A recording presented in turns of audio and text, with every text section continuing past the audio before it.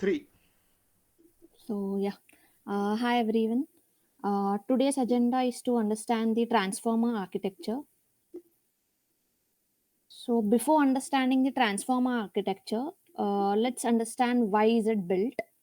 So, transformers provides the general purpose architectures for natural language understanding and natural language generation. So, before this transformers has been introduced, recurrent neural networks and the LSTMs. Let's look at the disadvantages of those. Recurrent neural networks were capable of looking at previous inputs to predict the next possible word. But the issue is it faces the vanishing gradient. It results in a vanishing gradient. After this RNN, the LSTMs were introduced, but the issue exists uh, because it processes one word at a time, and it will not be able to handle the longer sequence inputs. This LSTM also results in the vanishing gradient for the longer sequence inputs.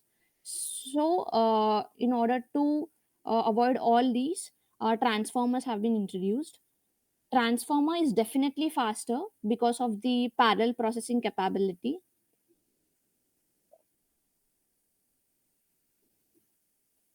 Now, let's understand the transformer architecture. This is the means just we will have a look at the high level look at the transformer. So we will give the input to the transformer, and this is the output. The next, so inside the transformer, it consists of the encoding and the decoding component.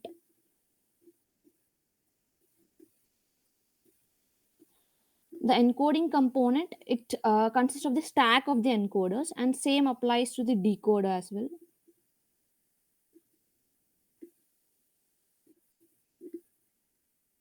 Now let's deep dive into the encoder component. So the encoder component, it consists of two layers. One is the self attention and the other is the feed forward neural network. Now let's understand what is self attention. So self attention, it allows the model to decide which words in a sentences are related and should be given attention. Means as the model processes each word, self attention allows it to look at other positions in the input sequence for clues that can help lead to a better encoding for this word. So let's understand this whatever I have explained through this example. Now consider this one. The dog didn't jump over the fence because it was too exhausted. As a human being, we can understand the overall sentence. Now, what does this it in this sentence refer to? Now, we will understand that this it refers to the dog. But what comes to the model? How it understands? So, is it referring to the dog or fence? So, this self attention helps to understand all these.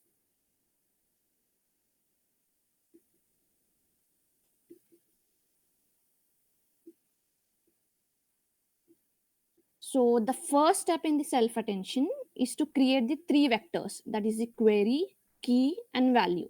Let's understand this query, key, value in the non technical terms.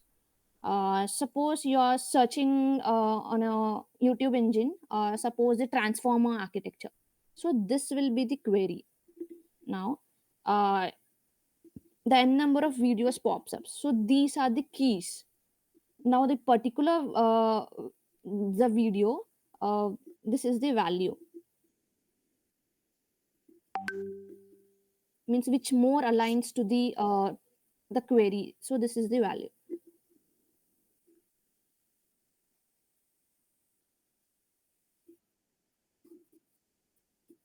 Now let's understand how these are created. So there's a query weight vector. Okay, so this is the input. First of all, the inputs that the tokenization is performed and the embeddings are created for each word. Now after that, uh, the input embedding is multiplied to the query weight to create the query vector. Here you can see as the q1 and the q2. So similarly, the input embedding is multiplied to the key weight vector, to generate the k1 and the k2. These are the key vectors. Then the input embedding is multiplied to the value weight vector to generate the value vectors. So that is the v1 and the v2.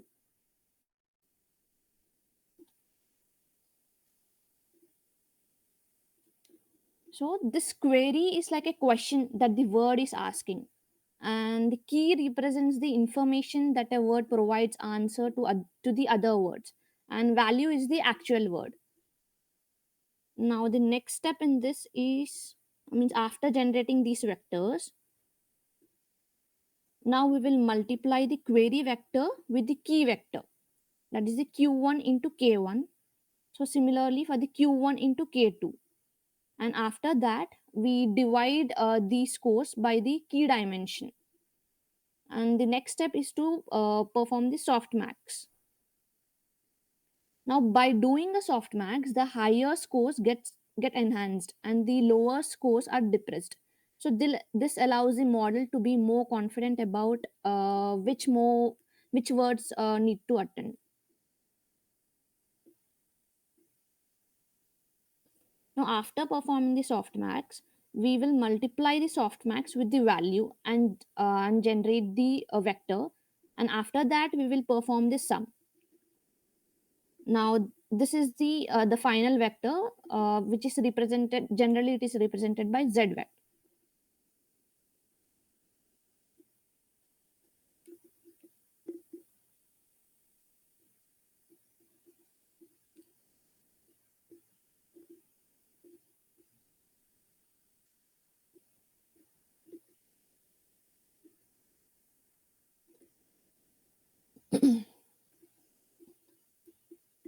Now after this, the second layer is the feed forward neural network.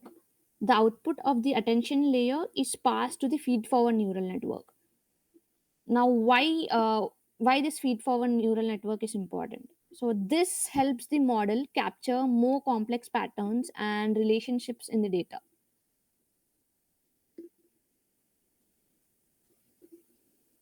Now after that step, the means the each sublayer in the encoder has a residual connection around it and is followed by the normalization.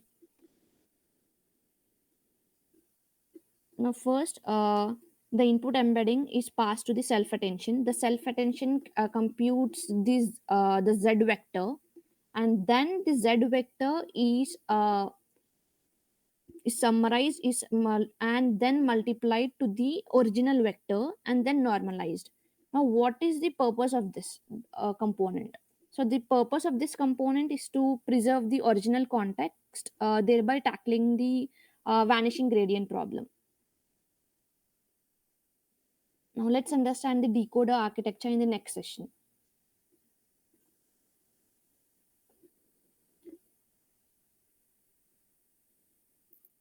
Done?